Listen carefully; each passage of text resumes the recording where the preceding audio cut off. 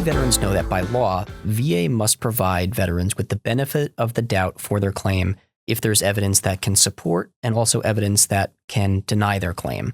What that means in practice, though, is a bit more complicated and nuanced, and veterans often are confused by how that applies to their individual case. For example, some veterans come to us, I hear this all the time, and they have been led to believe that if their claim is merely plausible, VA has to provide them with the benefit of the doubt and grant their case. That's not technically how the rule is applied.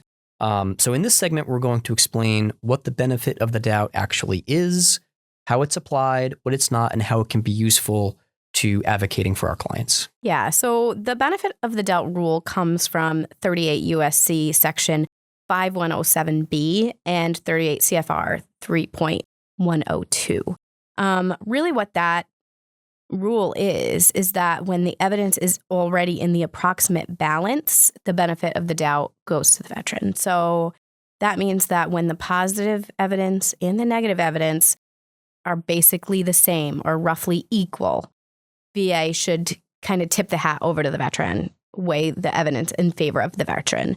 So the evidence has to meet that equal level for the benefit of the doubt to actually come into play. Yeah, and for years, veterans have been led to believe that this rule means there has to be a strict 50-50 split in terms of favorable and unfavorable evidence.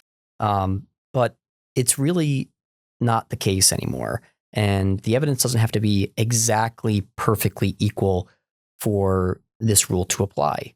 A veteran could have, 51-49%, or something that is the approximate balance of weighing the evidence, and the rule could still apply in their favor.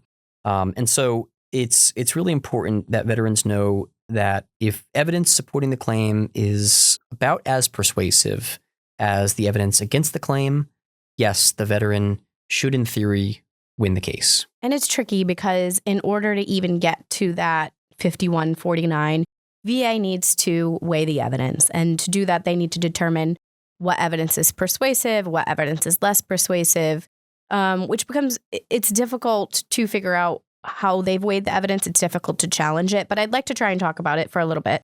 Let's first hit medical opinions. We know that VA is going to put a fair or great amount of weight on the medical opinions that they get from their own experts.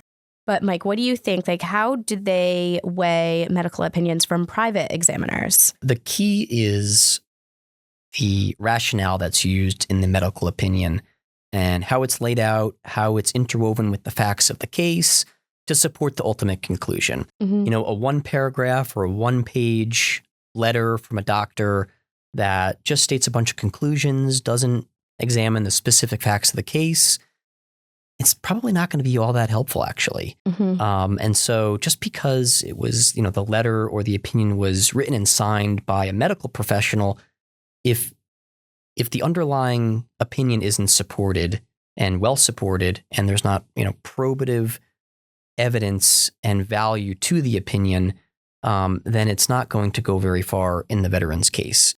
We've seen examples where, VA has come out with a VA examiner opinion, CMP exam, and it doesn't happen often, but sometimes they're, detailed and well supported, and the veteran doesn't have any medical evidence to rebut the opinions from that VA exam. Maybe they have a lay statement that they've produced, but it's not supported by any of the medical evidence in the file.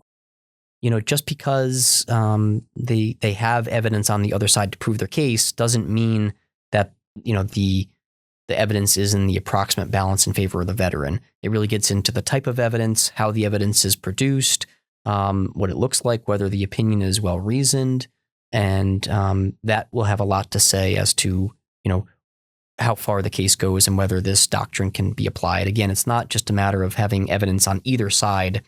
VA has their evidence and the veteran produces something to counter it. It's what is the quality of that evidence? And so if VA has a strong medical opinion of their own and the veteran doesn't come forward with their own evidence that's equally supportive, the benefit of the doubt doctrine may not actually apply. Yeah, it's a great point. Making sure that private exams don't just have a conclusion, but are well supported by the medical evidence, it goes a long way. But you touched on lay evidence, and I do want to talk about that because that is another type of evidence that can contribute to the weighing of the evidence overall. Lay evidence, it might not be able to rebut a medical opinion, but it does have its own value. It comes down to the competency of what that lay statement is. So what I mean by that is VA cannot dismiss a lay statement just because it is a lay statement. So they can't dismiss something just because it came from a doctor. Because people, whether it's the veteran or family members of veteran, can testify to certain things. They can testify to things that are observable symptoms that don't require medical knowledge. So, for example, if we're talking about a psych condition, someone can say that they feel uneasy without having to diagnose themselves as somebody who has anxiety.